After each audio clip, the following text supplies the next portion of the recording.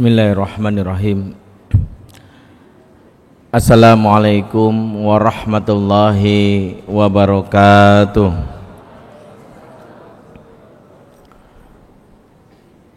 Alhamdulillahi wa kafa. Assalatu wassalamu ala nabil mustafa wa ala alihi wa sahbihi wa man ihtada, amma ba'd. Faya ayyuhal ikhwatal kiram, a'azakumullah jami'an.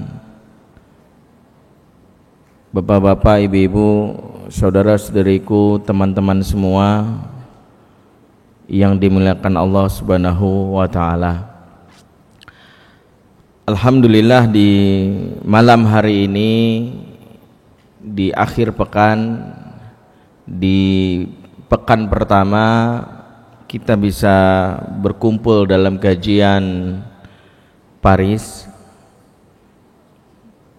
dan kita memohon agar Allah menjadikan aktivitas kita di malam hari ini senantiasa diberkahi oleh Allah Subhanahu wa taala. Kita memohon agar setiap yang kita lakukan adalah berbuah kepada pahala, menghapuskan dosa-dosa kita, dan tentu saja menjadi jembatan bagi kita untuk bisa masuk ke dalam surga milik Allah Subhanahu wa taala. Kajian kita kali ini adalah kajian lanjutan dari bulan yang lalu tentang jodoh. Ya. Temanya takkan lari jodoh dikejar. Kalau kita sudah membahas bulan yang lalu tentang pentingnya proses tazkiyah. Proses tazkiyah yaitu di mana kita membersihkan diri kita dari segala hal yang menghalangi datangnya jodoh. Kalau benar itu adalah sebuah karunia dari Allah, maka kita menginginkan agar kita dalam keadaan yang bersih dari segala dosa. Sudah kita bahas. Sementara untuk di pertemuan yang kedua ini, kita membahas tentang bagaimana kita memantaskan diri agar pada saat jodoh itu datang, kita melakukan suatu amalan yang sungguh-sungguh menjadi ibadah. Sebab ada orang yang ketika diberikan pasangan, diberikan karunia untuk melaksanakan nikah, namun karena dia tidak memantaskan dirinya, maka nikah itu pun menjadi musibah, menjadi hal yang justru merusak kehidupannya. Ya, terasa berada di neraka. Mungkin awal-awal bulan madu yang dirasa, namun bulan racunnya lebih banyak. Padahal niat menikah adalah kita dalam rangka untuk ibadah. Dan ketahuilah ketika pernikahan ini goyah atau rusak, sejatinya setan bergembira dan bersorak-sorai atasnya. Sebab memang prestasi terbesar setan adalah merusak rumah tangga. Prestasi terbesar setan. Dalam sebuah hadis yang panjang diceritakan bahwa iblis mengumpulkan seluruh pasukannya di atas singgasananya di atas air. Kemudian dia menanyakan satu-satu setiap amalan dari masing-masing pasukannya. Pasukannya salah satu menyatakan bahwa saya telah melakukan ini dan ini. Salah satunya melakukan permusuhan antar tetangga, saling tuding, saling menuduh, ribut, lisan yang tidak terkontrol. Saya telah buat tetangga tersebut bermusuhan. Maka iblis mengatakan kepada pasukannya, ma sona'ta syai'an. Allah, itu mah belum seberapa, sepele, enggak seberapa. Permusuhan yang kamu lakukan itu biasa, belum istimewa di mata iblis. Kemudian pasukan yang lain mengatakan, saya telah melakukan ini dan ini. Saya telah membuat kakak beradik saling bermusuhan. Mereka saling menuding, saling memfitnah, saling berburuk sangka, bunuh-bunuhan atas warisan dan sebagainya. Maka iblis pun masih menganggap ini amal yang biasa. Ma sonata syai'an, Allah itu mah belum seberapa, biasa aja. Begitu ada pasukannya yang melaporkan saya telah merusak sebuah rumah tangga, di mana istrinya menggugat cerai suaminya, ya, karena masalah sepele, dan suaminya ya begitu mudah mengucap kata talak, maka mereka pun akhirnya bercerai. Apa kata iblis kepada pasukannya? Iblis memujinya dengan mengatakan ni'ma anta, ni'ma anta, ni'ma anta. Kamu tuh hebat bener, luar biasa, dahsyat. Inbox lain itu acara musik, ya, dipuji, luar biasa kamu nih, pokoknya nggak ada yang lebih hebat kecuali kamu. Dengan kata lain, dibahas oleh Ibnu Taimiyah dalam fatwanya bahwa prestasi terbesar dari iblis adalah merusak rumah tangga, prestasi terbesar setan. Makanya kalau ngelihat kenyataan zaman sekarang, di mana angka perceraian meningkat, ya, tahun 2009 itu 200.000 yang bercerai, kemudian tahun 2010 jadi 250.000, naik lagi jadi 275.000, sampai tahun 2014 datanya 324.000 pasangan yang bercerai. Kalau kita lihat fakta-fakta ini, maka ada konspirasi setan di belakangnya. Setan memang berkepentingan untuk merusak. Kenapa setan merusak? Karena setan melihat lemahnya orang-orang yang ketika mempersiapkan pernikahan, di mana masing-masing memohon dirinya, ya Allah berikan jodoh untukku ya Allah, kadang maksa.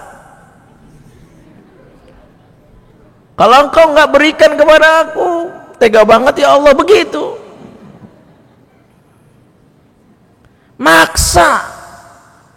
Namun ketika diri tidak siap, tidak memantaskan diri, maka diberikan jodoh. Lihat, baru pertama kali berumah tangga udah mulai ribut, ya, istri pulang mesen nggak dibeliin martabak telur, langsung cerai. Kata suaminya, kok gitu, kenapa kamu gak nikah sama tukang martabak? Kenapa? Karena merasa bahwa suaminya gak peduli, ribut. Suami ketika melihat pasangannya tidak seperti yang dia bayangkan, ya, maka akhirnya mudah sekali merasa kecewa, tidak menunjukkan sikap sebagai laki-laki, akhirnya rusak. Lagi-lagi karena pada saat kita mendapatkan jodoh, kita dalam keadaan persis seperti orang yang diminta membawa galon air baru bangun dari tidur. Ya, bangun mas tuh, bantuin dong, ada galon air, atau bawain tabung gas yang 12 kilo. Disuruh ngangkatin, dia nggak siap, pada dia capek, dia bawa, akhirnya di tengah jalan jatuh, seleo badannya. Kenapa? Karena emang gak siap, orang dibangunin langsung ditaruh tuh tabung gas. Orang-orang yang siap adalah ketika dia tahu nih tabung gas, dia mempersiapkan dirinya. Dia ini berat, berarti baunya gimana? Diakalin, dia pakai alat bantu dan sebagainya. Dengan kata lain, maka salah satu yang menyebabkan mungkin saja Allah menunda datangnya jodoh karena dirasa kita belum pantas.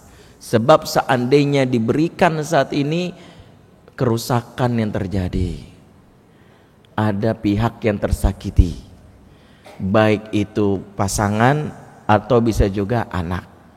Ini berarti apa? Sejatinya kita mulai mengupgrade diri agar layak mendapatkan jodoh, layak. Bagaimana kita belajar dari Nabiullah Zakaria alaihissalam dalam konteks yang lain, Nabiullah Zakaria ini bertahun-tahun tidak punya anak. Ya. Dia senantiasa berdoa, bahkan inilah salah satu bentuk kesungguhan doanya di saat dia sudah dalam keadaan tua. Tak bosan-bosannya beliau berdoa, Rabbi la tadarni fardan wa anta khairul warithin. Ya Rabb, jangan kau tinggalkan aku sendirian tanpa keturunan.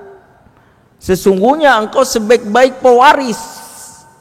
Doa ini beliau ucapkan pada umurnya disebutkan sudah 80 tahun. Namun tidak cukup dengan berdoa. Salah satunya adalah bagaimana Zakaria mendapatkan amanah mengasuh anak. Yaitu siapa? Maryam binti Imran. Di mana ayahnya Imran sebelum wafat meminta supaya anaknya ini dititipkan kepada para pemuka rahib agama di Baitul Muqaddas. Masing-masing berlomba. Di mana Zakaria menginginkan saya. Maka dibuat kompetisi, masing-masing menulis suhuf, kemudian dilempar ke sungai, dan siapa yang mampu melawan arus sungai itu yang jadi guru atau dititipkan amanah untuk menjadi pengasuh Maryam. Maka yang terpilih adalah Zakaria, dan qadarullah persis setelah Maryam lahir maka Imran wafat, maka Maryam diasuh langsung oleh Nabi Zakaria. Ternyata tak lama setelah Maryam lahir, tak lama setelah Zakaria mengasuh Maryam, istrinya hamil padahal sudah umur 80 tahunan. Ada pelajaran menarik walaupun konteksnya berbeda. Ternyata cara yang mudah untuk menunjukkan bahwa kita dalam konteks punya anak nih, bagian sini sudah punya sudah menikah, belum punya anak, yaitu ketika kita menunjukkan di hadapan Allah, saya layak jadi ayah, saya layak jadi ibu. Maka Nabi Zakaria menunjukkan dengan layak jadi ayah, mengasuh seorang anak wanita bernama Maryam, maka diberikan seorang anak lagi yaitu Nabi Yahya. Inna nubashiruka bi gulamin ismuhu Yahya. Jadi Yahya itu lahir karena Zakaria memancing Allah dengan memelihara seorang anak, yaitu adalah Maryam binti Imran. Konteksnya kita pahami adalah Allah memahami bahwa Zakaria sudah pantas diamanahi. Dia teruji. Maryam diasuh dengan baik. Maryam menjadi wanita yang luar biasa. Maryam menjadi wanita yang tumbuh dengan sebaik-baiknya wanita. Dia tumbuh menjadi remaja yang beda dengan wanita di zamannya. Dia tidak menjadi remaja cabe-cabean. Dia tidak mudah disentuh. Pada saat dinyatakan hamil, tahu apa kalimatnya Maryam? Anna yakunu li walad walam yamsasni bashar. Bagaimana bisa aku punya anak sementara tidak pernah ada satu cowok pernah megang aku? Tuh bayangkan. Enggak pernah sembarangan dipegang, enggak mau. Ini menunjukkan Maryam betul-betul menunjukkan dia diasuh dengan sosok ayah bernama Zakaria yang tegas, yang mengatakan jangan mau sembarangan dipegang. Ya. Dari mana didikannya? Dari Zakaria. Zakaria menjaganya di mihrab, yaitu di mana? Di Baitul Muqaddas atau yang kita kenal Baitul Maqdis. Taib. Dari yang saya sampaikan, sejatinya dalam konteks jodoh, maka seberapa pantas kita mendapatkan itu diukur dari sudahkah kita pertama menjadi orang yang layak menjadi istri dan suami. Apakah kita istriable atau suamiable? Tahu istriable? Layak jadi istri atau layak jadi suami. Ketika menikah sebelum menikah masih punya prinsip keakuan. Orang yang pelit, yang tidak mau berbagi, sulit jodohnya. Kenapa? Karena nikah itu berbagi. Sebab rumus menikah itu adalah 1 dikurang setengah ditambah 1 dikurang setengah sama dengan 1. Dia mengurangi egonya dia, yang pasangannya mengurangi egonya, berlengkapi, jadilah 1 formula. Maka bukan keakuan lagi tapi kekitaan. Bahasa dari orang yang layak untuk menikah adalah orang-orang yang memikirkan kita. Dia memikirkan banyak orang. Kalau di sini ada laki-laki yang cuma mikirin dirinya, bapak ibunya nggak diurus, adiknya nggak diurus, dari sisi inilah dia sejatinya belum layak jadi suami. Sebab suami itu punya sifat al-qawam, di mana qawam ini adalah jelaskan oleh Ahad bin Fayumi dalam kitabnya Al-Bisma Al-Munir, yaitu adalah menjadi pribadi yang adil, seimbang, dan suplemen bagi makanan, yaitu menjadi suplemen bagi tubuh. Artinya apa? Dia menjadi pribadi yang motivator, pribadi yang siap berbagi. Ini yang pertama. Sementara perempuan, salah satu yang Rasulullah ajarkan supaya perempuan itu memiliki sifat apa? Tazawwajul wadud al-walud. Nikahilah olehmu wanita yang al-wadud. Ini syarat pertama perempuan. Al-wadud, yang kedua al-walud. Al-walud itu artinya subur, bukan subur badannya, jangan GR yang badan subur gua banget gitu. Kemudian habis ini program dietnya batal gitu. Bukan. Subur di sini adalah dia bisa melahirkan, karena memang fungsi pernikahan itu adalah memperbanyak keturunan. Namun tidak cukup dengan walud, dia harus punya al-wadud. Al-wadud ini akar kata di al-mawaddah, yang artinya kasih sayang yang besar, yang membuat penghuni rumah kangen untuk pulang. Maka sentra yang membuat penghuni rumah itu pulang itu adalah sang istri atau ibu ratu rumah tangga, yang akan membuat suami dan anak betah berlama-lama di rumah. Ketika ibu hilang jiwa wadudnya, hilang pemberi rasa nyamannya, suami betah lembur di luar, anak betah nongkrong di Sevel, anak betah nongkrong di Mall Ambassador dan sejenisnya. Kenapa? Fungsi ibu yang tak lagi memiliki jiwa wadud.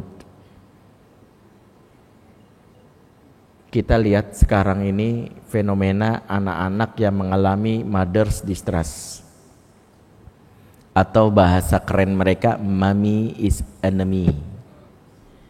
Ibu adalah musuh. Kalau kita googling atau searching di Twitter itu kalimat mamah bangsat itu banyak sekali. Saya salah satu yang karena banyak berinteraksi dengan remaja, saya dari tahun 2000 udah jadi konselor anak dan remaja, mendampingi beberapa anak, bahkan sempat nongkrong di Sevel di Pancoran yang sekarang udah tutup, ya, yang di Saharjo itu sekarang udah jadi Mitsubishi ya. Dulu saya setahun di sana nongkrong juga di Kemang di Topaz Cafe.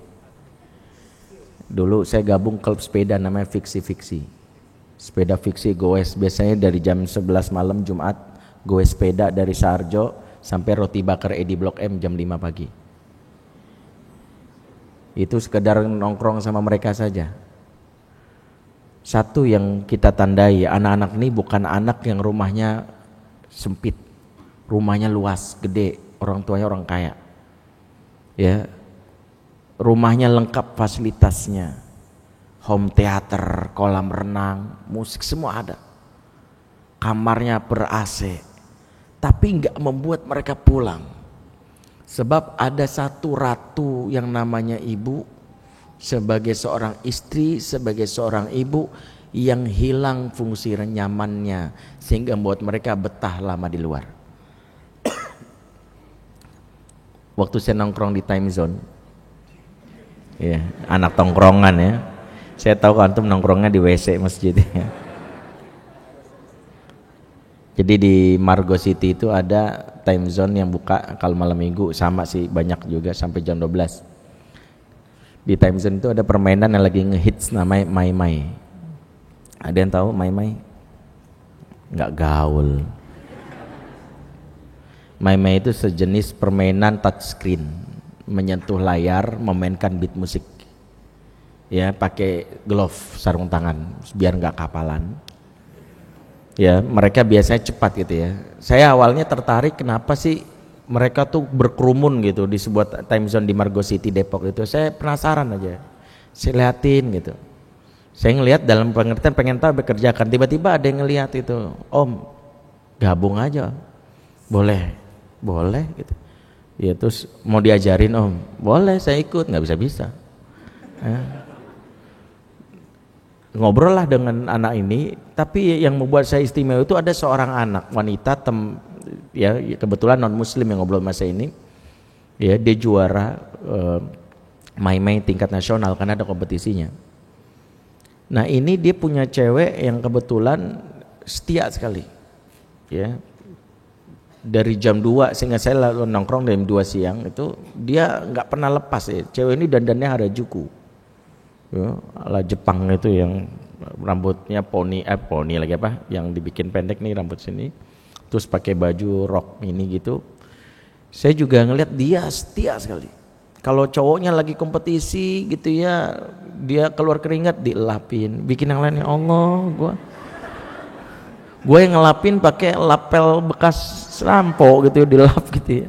Ini enggak, bener setia. Cowoknya kalau capek nyender dia. Tapi yang bikin saya kaget itu dia sampai jam 10 malam yang temen perempuan udah pulang dia masih aja. Jam 11 masih. Jam setengah 12 ya karena saya sebagai pendidik mau nggak mau kan ngingetin. Saya tanya, namanya Agnes. Ya, bukan Agnes Monica, ini Agnes mau cerai kayaknya gitu. Saya tanya, Nes, nggak pulang? Ntar Om paling jam 2. Jam 2 sih, jam 2 pagi. Iya. Emang di rumah nggak ada yang nungguin? Justru ada mamah yang nungguin, malas. Terus saya bilang, lah kok? Iyalah, paling mama nanti nanya, kamu mau siapa tadi? Kenapa mama telepon nggak diangkat?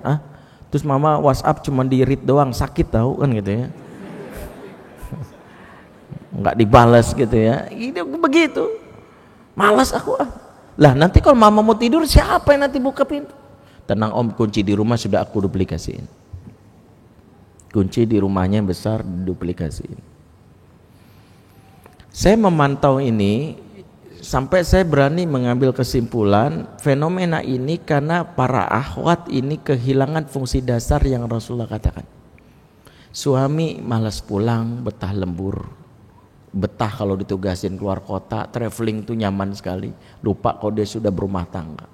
Sebab khususnya akhwat hilang daya magnetnya untuk membuat penghuni keluarga itu selalu pengen dikumpul di rumah. Maka rumah tangga yang rusak ditandai dengan ketidakmampuan ini.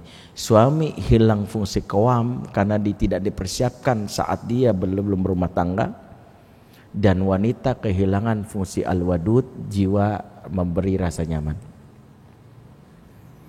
Maka di momen-momen sebelum jodoh itu datang, pelajarilah beberapa skill yang membuat kita layak menjadi pasangan, menjadi istri dan suami. Sehingga begitu jodoh datang bukan kerusakan. Pernikahan ini menjadi barokah, keturunan yang dihasilkan, keturunan yang betul-betul bisa dibanggakan dan dipertanggungjawabkan di hadapan Allah. Karena kita betul-betul mempersiapkannya. Wajar kenapa Umar bin Khattab menasihati laki-laki yang mau menikah dengan kalimat tafaqqahu qabla an tasudu. Kamu pelajari ilmunya, ya persiapkan dirimu sebelum kamu memimpin tuh. Jadi para ikhwan ini di sini juga pelajari ilmunya. Bagaimana ketika dia jadi suami, sementara gaji nggak turun-turun ditahan, sementara istri sudah hamil hampir 9 bulan. Gimana teknik supaya ngutang dengan cara yang tidak menyakitkan orang lain? Bagaimana teknik supaya istri tidak terbebani? Bagaimana memutar otaknya menjadi problem solver terlatih? Makanya seorang ikhwan yang tidak beraktif organisasi ya sulit sekali dia ya mempelajari bagaimana problem solving dalam rumah tangga. Saya mengapresiasi orang yang tidak sekedar akademisi. Oke, kalian berpikir saya yang penting IPK bagus Ustadz, betul. Tapi ternyata ilmu praktek di lapangan itu nggak bisa dipelajari di kampus. Harus dipelajari totalitas dari mana organisasi. Rasulullah SAW itu sebelum dia menikah, ternyata Rasulullah sudah terlatih menjadi sosok lelaki punya jiwa qawam. Beliau masuk ke dalam suatu organisasi di umur 21 tahun. Ada yang tahu nama organisasinya apa? FPI, bukan? Ada yang tahu? Rasulullah umur 21 tahun. Siapa yang pernah baca sirah Rasulullah dari semua kitab? Rasulullah pernah gabung di organisasi sebagai simpatisan. Siapa yang tahu nama organisasinya? Yang tahu saya kasih jodoh. Enak aja emang bisa. Jodoh dari Allah. Saya kasih CV. Siapa yang tahu? Angkat tangan. Apa organisasi Rasulullah SAW di umur 21 tahun yang menunjukkan bahwa Rasulullah tidak ujuk-ujuk dia menjadi pemimpin, sudah ditempa dia pantas jadi suami terbaik. Khairukum khairuli ahlikum wa ana khairuli ahli. Sebaik-baik kalian paling baik sama keluarga, sama istri dan anaknya. Saya ini laki paling baik. Ternyata nggak ujuk-ujuk, dilatih. Salah satunya Rasulullah masuk mengatasi problem solver itu di umur 21 tahun, punya organisasi namanya Hilful Fudul. Hilful Fudul. Hilful Fudul ada organisasi yang didirikan oleh Abdullah bin Jud'an bersama dengan Fudail bin Abbas, Al-Fadil bin Abbas. Mereka mendeklarasikan organisasi penegak hukum di kota Mekah. Salah satunya karena terancamnya kota Mekah dari kerusakan, adanya kezoliman, ditandai dengan Wail bin As-Sahmi melakukan perampasan kepada pedagang dari Persia. Ada pedagang dari Persia dirampas. Kemudian apa? Dia mengadukan, wahai penduduk kota Mekah, kalian biarkan tamu dirampas kemuliaannya, kalian biarkan orang-orang di sini dizolimi. Mana Mekah yang dulu dikenal sebagai kota pemulihan tamu? Maka beberapa orang berinisiatif dan Rasulullah pun hadir membuat kesepakatan tersebut. Maka dalam sirah Muhammad bin Hisham menjelaskan, setelah Rasulullah bergabung dengan organisasi ini, jiwa care-nya itu, jiwa kepeduliannya muncul. Salah satunya apa? Rasulullah prestasinya dijelaskan, yaitu membebaskan seorang wanita yang diculik oleh Bani Najjaj. Rasulullah teruji sudah jadi superhero, membebaskan seorang wanita yang diculik oleh Bani Najjaj. Ini menandakan bahwa Rasulullah suamiable. Jangan sampai begitu istrinya. Nanti kenapa? Kalau ini tidak dilatih, nanti akan muncul ikhwan-ikhwan ketika sudah berumah tangga. Ketika tiba-tiba dia punya utang, debt collector nagih, istrinya yang suruh maju. Kamu aja. Kalau kamu kan lagi hamil tua, kalau aku nanti digampar. Kamu kan orang gak tega sama kamu aja apa?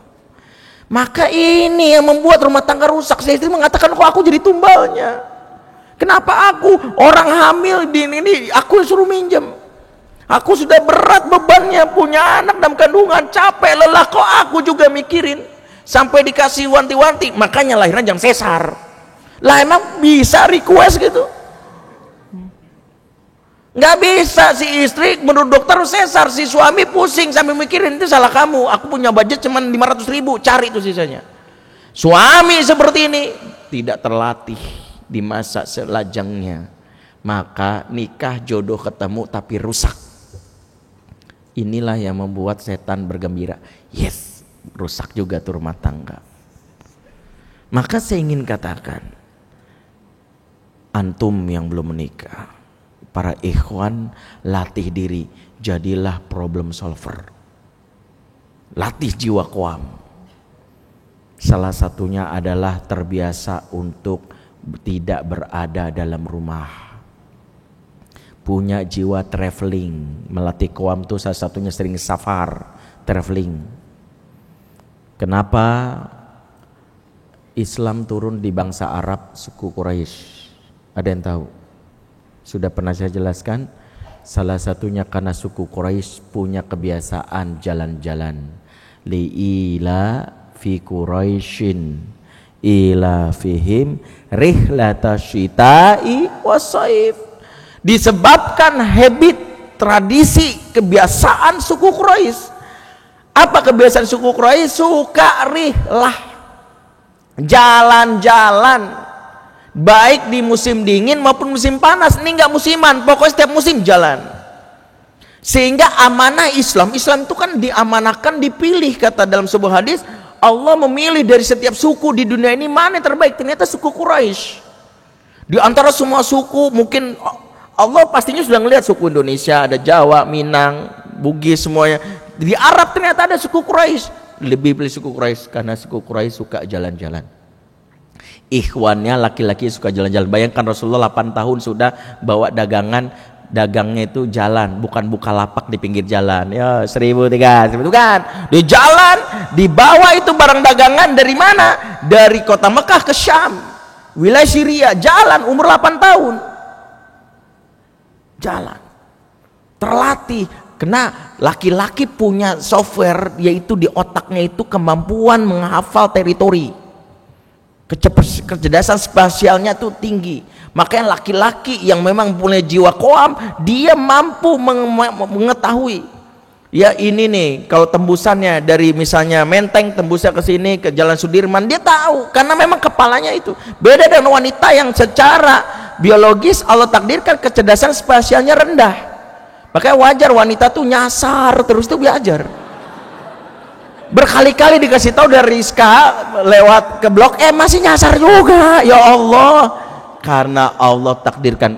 Dari sisi inilah kenapa memang wanita tidak sering-sering keluar rumah. Betul, tidak diamanahkan.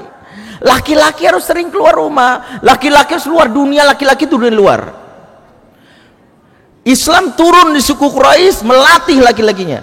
Laki-laki, makanya wajar Islam tuh sampai 23 tahun tersebar sampai ke 2/3 dunia karena laki-lakinya senang jalan-jalan. Coba bayangkan kalau Islam turun ke sebuah suku yang laki-lakinya betah di rumah, bisnis online, nunggu jatah kontrakan, main tuh gitu aja, Facebookan doang, mengandalkan game, COC dan sejenisnya, Dota dan sebagainya. Ini bisa jadi Islam cuma nyampe di followernya dia doang.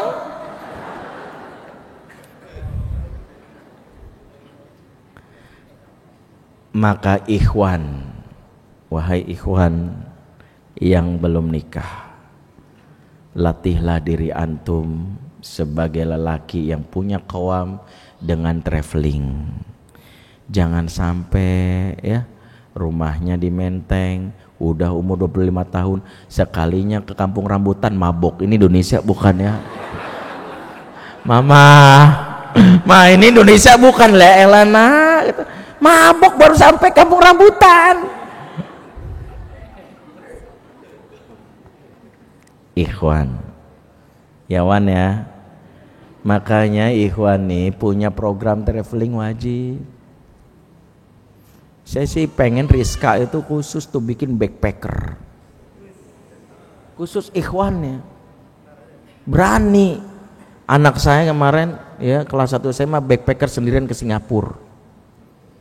Walaupun kita sebagai orang tua deg-degan juga kan, nggak tanggung-tanggung bi mau ke Singapura waktu liburan kemarin. Tapi dia nekat, ya udah bismillah, laki-laki. Sebab jangan sampai dia jadi suami nanti dia suami nggak bisa diandelin, rusak rumah tangga gini. Ini pertama ya. Ini buat ikhwan. Segala skill dia menunjukkan keqawaman, ambil. Skill bela diri, ambil.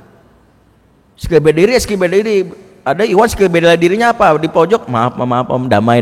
Ya skill bela dirinya damai gitu. Bela diri sih ya damai gitu ya. Ini ada uang nih gitu, damai gitu. Bela dirinya begitu. Ya. Oke, ikhwan sudah. Ahwat. Yang dilatih adalah kemampuan akhwat membuat rumah itu menjadi taman bermain, bukan membuat rumah jadi mahkamah militer. Sebab banyak ibu-ibu sekarang rumah itu lebih tepat kayak markas militer. Itu siapa nyalain TV? Siapa nyalain TV? Bunda udah bilang TV itu jam segini mati. Itu lampu siapa yang masih nyalain? Kan Bunda bilang kalau habis dari kamar mandi matiin. Susah banget dibilangin. Jendela tuh. Abang, jendela bang, jendela. Ya Allah, Indomie, makan Indomie. Kan udah dibilangin Indomie itu. Ini artikelnya, ini, bayangin. Ini sakit kamu. Siapa tuh yang ngambil es krim? Siapa es krim? Es krim. Anak, suami, ya Allah. Ini kok bukan taman bermain, markas militer ini.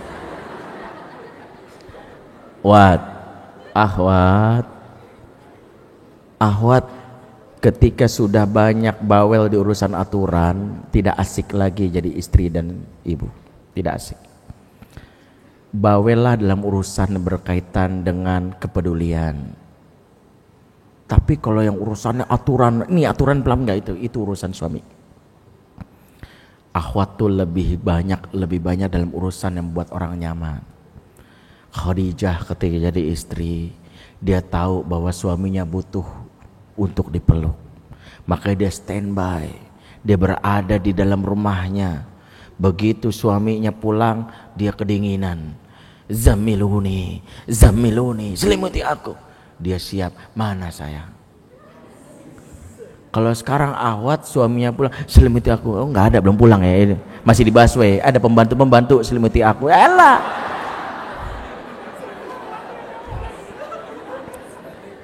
Salah satu yang membuat rumah tangga rusak, saya tidak nyalahkan ibu bekerja. Silakan. Walaupun lebih utama ibu di rumah atau wanita di rumah, cuma wanita kalau bekerja, suami bekerja, pastikan wanita lebih dulu sampai di rumah. Bilang sama suaminya, mas, aku kayak agak macet, kamu muter-muter dulu aja Senayan City deh mas. Kan masih ada tuh kartu kredit tuh, habisin aja mas, nggak apa-apa, rela ada aku nggak dapat ini. Jangan sampai suami pulang nggak ada kita, bahaya. Fitrahnya perempuan yang menyajikan, suami pulang disambut gimana? Walaupun sama-sama bekerja. Kalau mau pulang janjian lebih bagus lagi. Intinya jangan biarkan suami pulang dia bingung mau ngapain. Nggak ada istrinya. Latihlah supaya kita menjadi orang yang menjadikan rumah ini tempat yang betah. Caranya kita sendiri betah berada di rumah.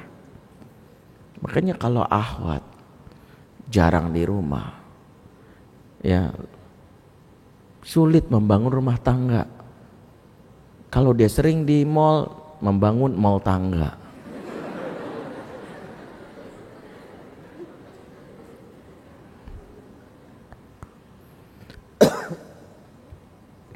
Udah jam berapa nih? Ya Allah. Oke. Kita persingkat. Berarti buat ahwat, skillnya adalah bagaimana membuat orang betah. Skill pertama adalah senantiasa beremosi positif. Skill. Sebab yang membuat suami malas nempel, anak nanti malas ini, kalau kita itu selalu negative feeling. Emosi sampah banyak orang itu bisa membedakan loh. Ini orang emosinya, bahasa tubuhnya nggak enak. Jarang senyum. Maka siapa yang mau nempel? Anak juga susah. Ya, mungkin jodoh awalnya mau datang jadi muter. Ketemu temennya, udah temennya ada kan gitu ya. Karena nggak punya itu, maka punya emosi positive feeling.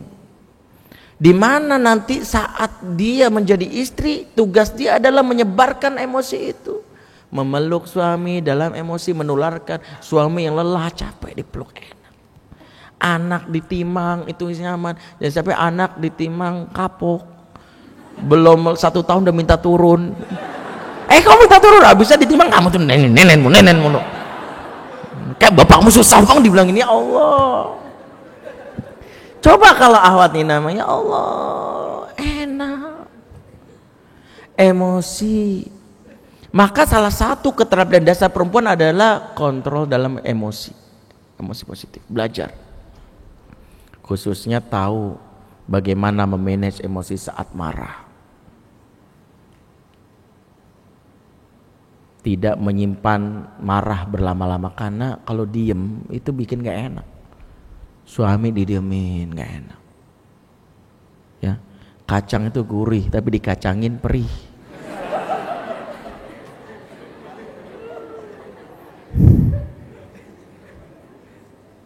Gak enak, ya. Jadi biasa. Kenapa ahwat gampang sekali negatif feeling? Salah satunya karena nggak punya kemampuan katarsis. Apa tuh katarsis? Kemampuan untuk mengungkapkan perasaan. Sering saya bilang wanita itu yang sehat jiwanya minimal mengeluarkan 20.000 kata per hari. Ya, yang sehat. Makanya mendingan jadi customer service. Atau operator lah. Operator telepon tuh 20.000 lewat kayaknya. Ya. Kalau nggak punya ini, nggak bahasa tubuh nggak bisa bohong, nggak bisa bohong, nggak enak. Ustadz, saya nggak biasa bicara, saya introvert. Introvert bukan berarti nggak butuh untuk mengungkapkan perasaan. Maka kalau kita sadar kita introvert, maka menulislah. Maka skill dasar wanita yang pertama adalah menulis. Karena dia nggak bisa bicara, karena tidak semua orang layak dipercaya untuk dia curhat. Maka pandailah menulis. Menulislah salah satu cara menetralisir perasaan. Sebagaimana kata Imam An-Nawawi, menulislah. Menulis itu menerangkan batin, mencerahkan pikiran. Yang punya kebiasaan nulis diary siapa? Udah nggak ada. Siapa? Saya apresiasi loh. Ikhwan kalau ada sini ahwat nulis diary, nikahin. Langsung aku saya ustaz saya sekarang. Ini lagi nulis, disuruh nulis diary gitu ya bukan. Kenapa? Karena dia punya kemampuan self control. Dia tahu dia marah, dia nggak orang lain, dia nulis. Penulis itu emosinya lebih stabil. Berarti ahwat sebelum menjadi istri latih dulu. Habis ini punya catatan khusus pribadi privat. Boleh, bukan dalam bentuk Facebook, akun nggak kau itu kan ditonton. Ini pribadi. Kita menumpahkan unek-unek hanya kita yang tahu. Kalau di publish nggak enak. Ya. Yang berikutnya adalah kalau sudah emosi sudah bagus, maka ahwat harus punya kemampuan membuat anggota keluarga kangen pulang. Yang pertama, yang tadi kan udah skill, yang kedua. Yang pertama apa tadi? Menulis ya. Yang kedua, kemampuan ahwat untuk membuat kangen, dan ini bagian dari sifat al-wadud, yaitu kemampuan untuk memasak. Ya, sudah pernah saya sampaikan kalau tidak salah, skill ahwat yaitu memasak. Memasak memang bukan kewajiban istri, betul. Sudah berkali-kali disampaikan. Silahkan baca semua kitab fikih. Ahwat tidak wajib memasak. Sebab kita membangun rumah tangga bukan rumah makan, benar. Iya. Silakan ambil dalih itu. Artinya saya nggak bisa masak, Ustadz. Memang bukan kewajiban. Namun ketahuilah salah satu yang membuat anak kangen pulang, rindu masakan ibunya. Salah satu yang membuat suami kangen pulang, rindu masakan istri. Ditawarin di luar makanan sama bosnya, nggak usah deh bos, boleh dibungkus nggak? Karena dia pengen di rumah. Ya, Soalnya saya pengen di rumah, istri saya lagi masak sayur asem dan asemnya original deh badannya kan, nggak tergantikan bos. Asem mana lagi yang mengalahkan asemnya istri saya?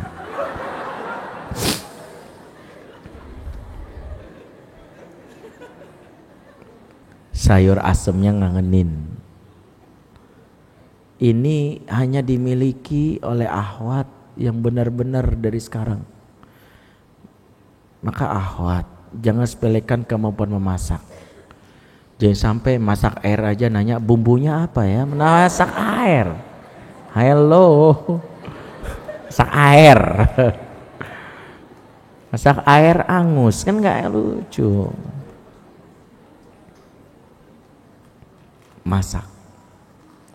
Masak ini wajib dilatih, saling tuker. Makanya Rizka itu kau bisa langsung ke pokok solusinya, bikin program latihan memasak buat akhwat, kursus memasak. Jangan sampai masaknya cuman bisa sop rendang dalam bentuk mie instan. Jangan begitu. Pagi mie goreng, siang mie rebus, malam mie goreng direbus, besok pagi mie rebus digoreng, itu aja. Akhwat yang cuman bisa masak mie, siap-siap dipoligami. Biarin dah. Belajar masak ya. Langsung habis ini baca, ambil buku resep masakan. Jangan ngandelin 14045 nanti. Udah jadi istri ngandelin GoFood. Bukan. Menulis sudah, memasak sudah. Yang ketiga, memijit. Dari sekarang belajar mijit. Anak senang dipijit, suami senang, pengen suami cerita, nggak usah nanya mas ada apa, dipijit aja. Selalu kalau orang dipijit dia nyaman. Jangan sampai anak sama suami kapok nanti dipijit, sekali dipencet pingsan. Ya Allah, yang dipencet bola mata. Ya iya.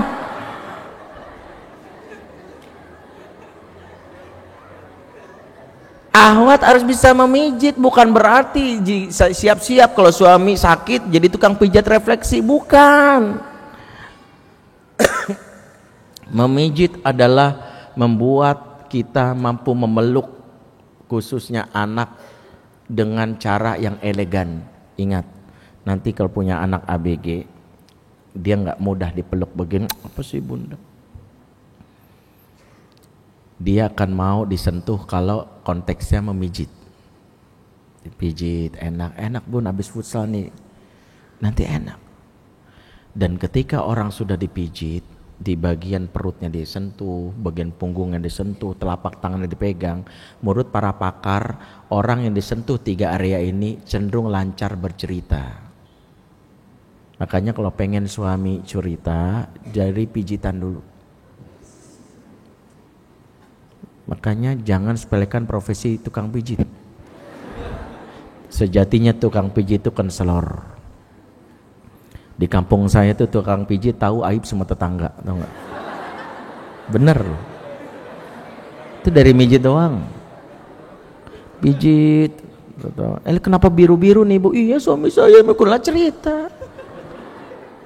Pengen suami cerita cara pijit. Kok ini luka iya tadi jatuh pas naik motor. Ya Allah, jadi tahu. Nggak perlu banyak nanya. Sebab rumah tangga sekarang ribut, istri kepo banget. Suami males cerita. Mas kenapa sih mas diem aja sih, cerita apa sama aku mas? Ih mas gitu banget, aku nih adalah belan jiwamu. Kata suami udah aku belah kok masih hidup kan gitu ya. Kenapa? Karena tadi ya Allah, ya Allah. Jadi nggak usah banyak nanya. Capek ya mas, enak ya ini nanti cerita. Tadi dek, tadi gini. Ya Allah, beruntung sekali. 2 skill atau 3 skill ini saja, ini insya Allah ya istriable ya. Maka Makanya Rizka harus sedikit melangkah ke depan, bikin kursus memijit. Insya Allah suami juga betah, ya, pengen pulang. Saya ingat seorang ibu tuh, seorang istri ketika nanya, Mas di mana Mas? Lagi ngobrol sama temen, dia hana masak. Ya padahal aku masak gulai ayam kesukaan kamu. Serius kamu? Serius? Waduh ya aku nggak mau kehilangan. Ditutup langsung. Gue buru-buru ya, gue kayak nggak bisa. Kenapa? Karena istrinya suka dan pandai memasak. Ya. Sudah apa tuh? Pertama apa tadi? Kedua. Yang ketiga. Yang keempat, mendengar. Skill dasar mendengar ini sebenarnya bukan hanya untuk akhwat tapi juga ikhwan.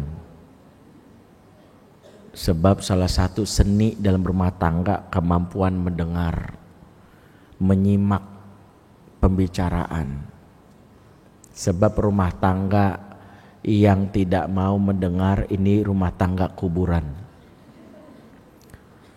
Kenapa rumah tangga kuburan? Orang kalau di kuburan biasanya ngomong sama batu nisan. Kalau ngomong batu nisan nggak mungkin direspon. Kalau direspon pasti kaget. Ya, coba aja ngomong, Papa, mudah-mudahan Papa diampuni dosanya, dimasukkan ke dalam surga. Tiba-tiba dia bilang terima kasih anak. Astagfirullahaladzim. Siapa tuh? Rumah tangga yang nggak mau mendengar tuh ngoceh doang. Biasanya kagetan ketika orang merespon. Suami ngomong begitu sama istrinya, kamu kalau bisa masaknya yang beneran dikit lah, masak nasi goreng garamnya lebih banyak daripada nasi. Namanya garam goreng. Si istri bilang, tapi kan Mas aku, istri solehah nggak ngomong begitu, nggak mau denger. Baru ngomong istrinya nggak boleh, nyimak dulu. Ngomong sama anak gitu, nah jangan bikin malu papa. Papa ini lulusan ITB, IPK 4,5. Skala 5. Anak Lipia tahu kan skala 5. Tapi kan Pak aku, anak soleh nggak ngomong begitu. Nggak mau mendengar apa-apa. Menyimak, mendengar. Jadi jangan ada kalimat aku nggak butuh penjelasan kamu. Ini kalimat yang menunjukkan dia nggak siap jadi istri. Biasain apa-apa denger, nyimak. Terutama akhwat.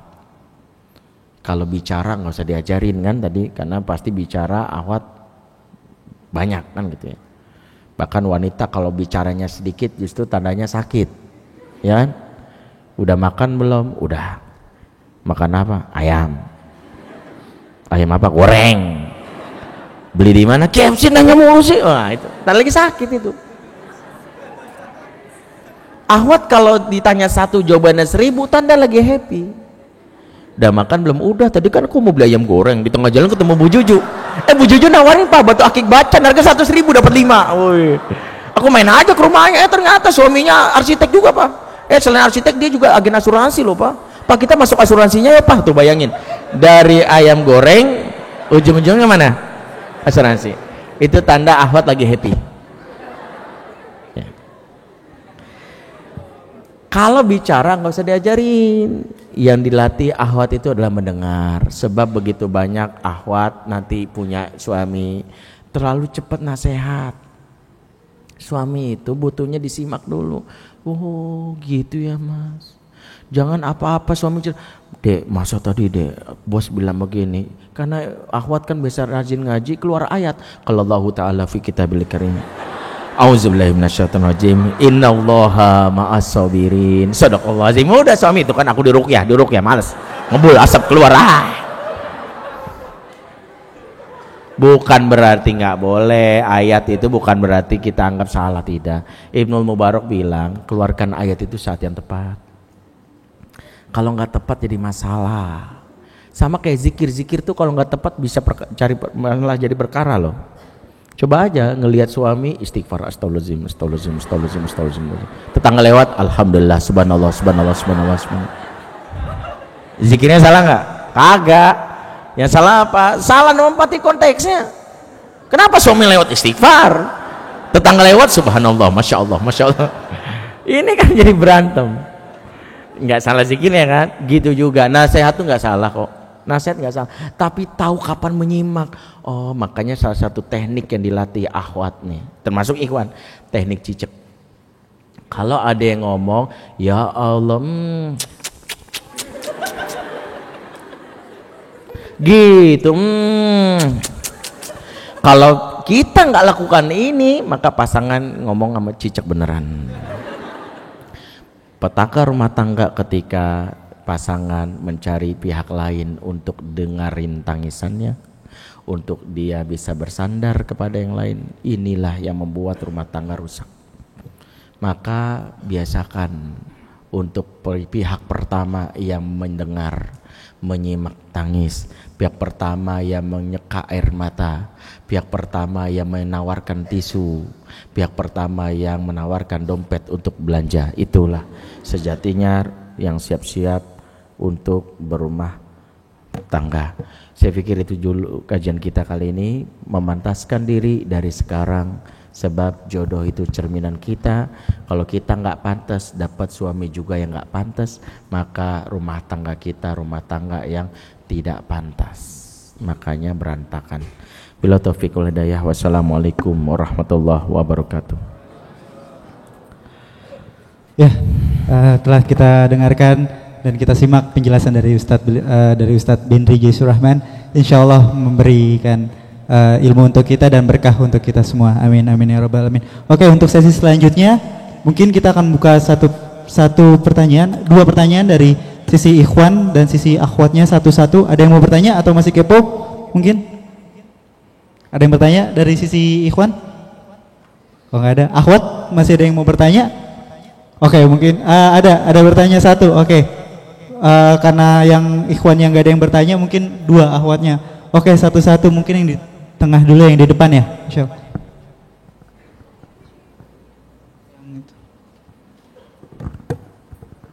Mohon untuk yang bertanya agak dipercepat ya, karena waktunya sudah mepet juga. Assalamualaikum Ustadz, nama Waalaikumsalam. saya Oki dari Jakarta. Aku mau nanya, kayak yang tadi Ustadz bilang kan, kita sebagai akhwat harus belajar gimana, kayak misalnya kan aku punya teman, punya saudara, ya istilahnya sudah jadi ibu rumah tangga, terus sudah jadi pendengar yang baik atau gimana gitu. Tapi kalau dari sisi suaminya sendiri masih ada affair di luar, gimana itu Ustaz? Iya. Terima kasih. Assalamualaikum. Waalaikumsalam warahmatullahi wabarakatuh. Baik. Disimpan dulu atau mau langsung? Masih siap, terserah gimana. Oke. Satu lagi di sisi akhwat. Dua, setelah itu kita tutup. Oke. Ya. Di pojok. Boleh diberikan mic-nya?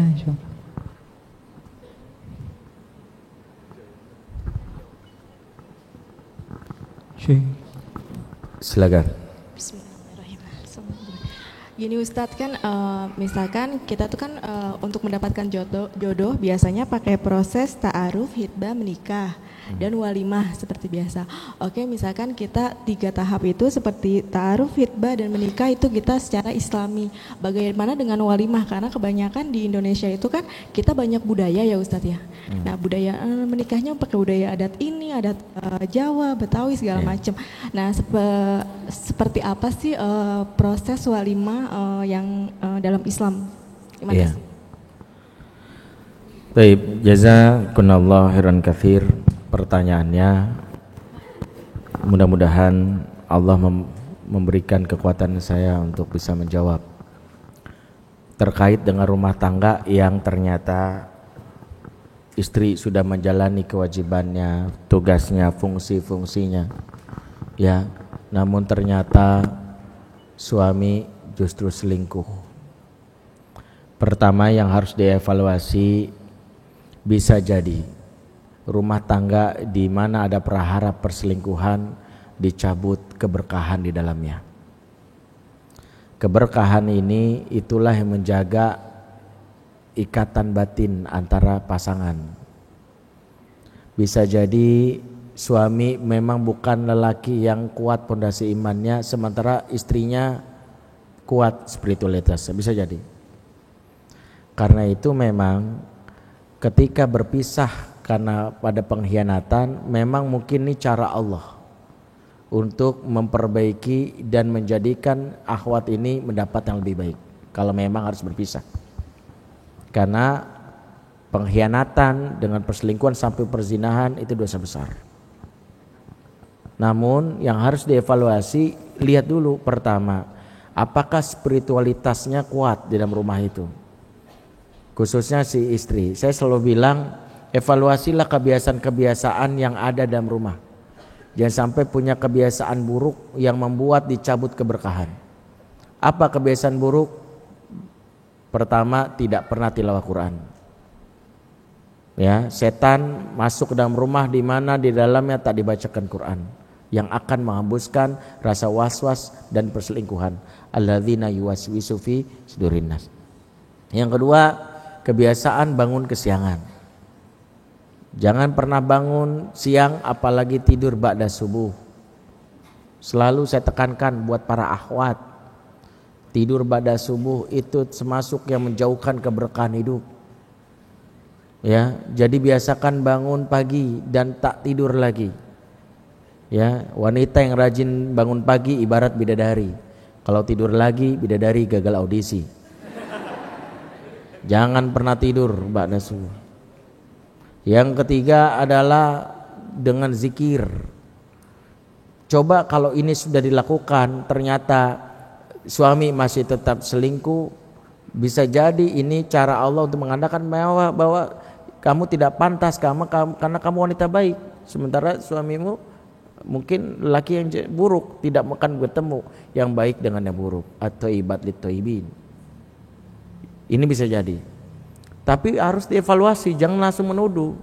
Bisa jadi dari kesalahan istri. Jangan-jangan selama ini yang membuat perselingkuhan itu bukan karena yang diselingkuhi lebih cantik. Karena bisa jadi suasana bosan. Rumah tangga yang rentan perselingkuhan dari rumah tangga yang flat, yang datar, hidup dengan rundown, bangun tidur terus mandi, tidak lupa menggosok gigi. Padahal kan bisa jadi bangun tidur terus mandi, habis itu ngangkat TV, biasa aja. Maling ya berarti ya. Boleh aja, dia mau ngapain? Bangun tidur itu nggak harus mandi langsung sikat gigi, nggak perlu. Yang penting adalah dia dinamis. Rasulullah mengatakan saatan-saatan, sejenak-sejenaklah. Artinya kita nggak boleh hidup itu monoton. Sebab kalau monoton pastinya bosan. Coba akhwat ini tawarin makan sate ayam, ya senang, oke, saya kasih 3 kali sehari selama sebulan. Di hari terakhir saya tawarin ini sate ayam, ini yang namanya ikan asin, pilih mana? Ikan asin, bukan karena ikan asin lebih enak, tapi karena bosan dengan yang kemarin. Maka salah satu kemampuan dasar kita mengelola rumah tangga yaitu kemampuan untuk memberi kejutan. Kemampuan memberi kejutan. Masak, jangan dari dulu akhwat masak tempe berapa lama? 20 tahun masak tempe, dari sejak dia remaja sampai sekarang. Bentuknya nggak jauh dari kotak gosong. Kotak gosong, nggak tahu kenapa sih harus kotak.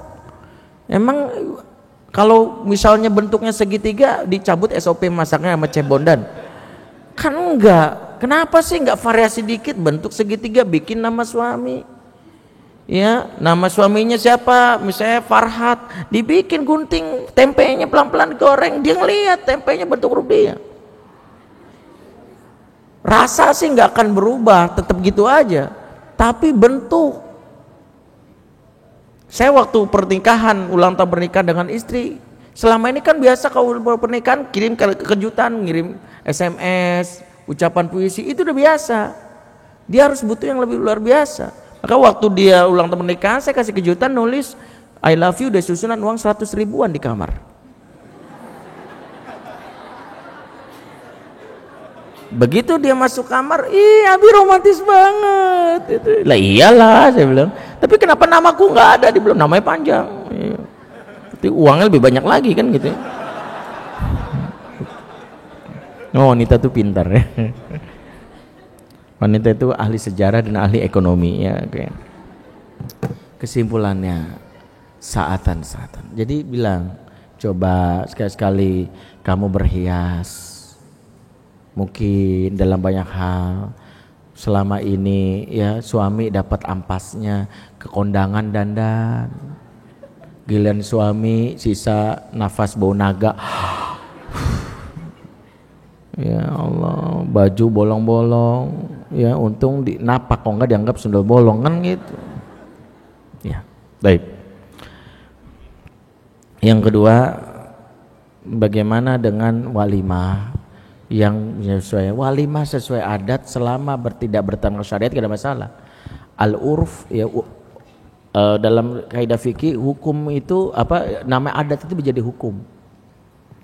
Cuman masalahnya adalah pilih apakah kita memaksakan. Ada beberapa yang memang tidak syar'i. Namun dalam beberapa hal mana yang kita ambil? Kalau kita bisa tegas mengatakan bahwa ini tidak syar'i, kita harus kasih alternatif. Kalau tidak mampu, maka minimal kita berlindung kepada dalih bahwa pernikahan ini darurat, harus disegerakan. Jangan sampai udah sebar undangan sebagai pernikahannya batal. Ya boleh saja. Berarti apa? PR-nya kalau memang walimah itu tidak mampu mengundang keberkahan karena banyaknya hal-hal tidak syar'i, minimal mengurangi. Menguranginya apa? Pertama, gak mampu kita ambil semuanya yang sempurna, minimal. Kalau tidak bisa menghijab, ikhwan akhwat, ya minimal kita misalnya menghijab dari sisi pengaturan makanan, ya dari aturan ruangannya saja. Minimal dari sisi dandanannya, ya tidak memakai pakaian yang menampakkan aurat, tabarruj jahiliyah. Yang berikutnya tidak mubazir. Jadi kita harus pastikan makanan itu tidak tersisa. Kalau ada lebih baik diberikan kepada yang lebih membutuhkan. Berikutnya tidak ada musik-musik jahiliyah. Kalau ternyata tetap maksa pakai musik, tawarkan musik atau yang lebih alternatif, itu musik religi. Jadi selalu ada solusi.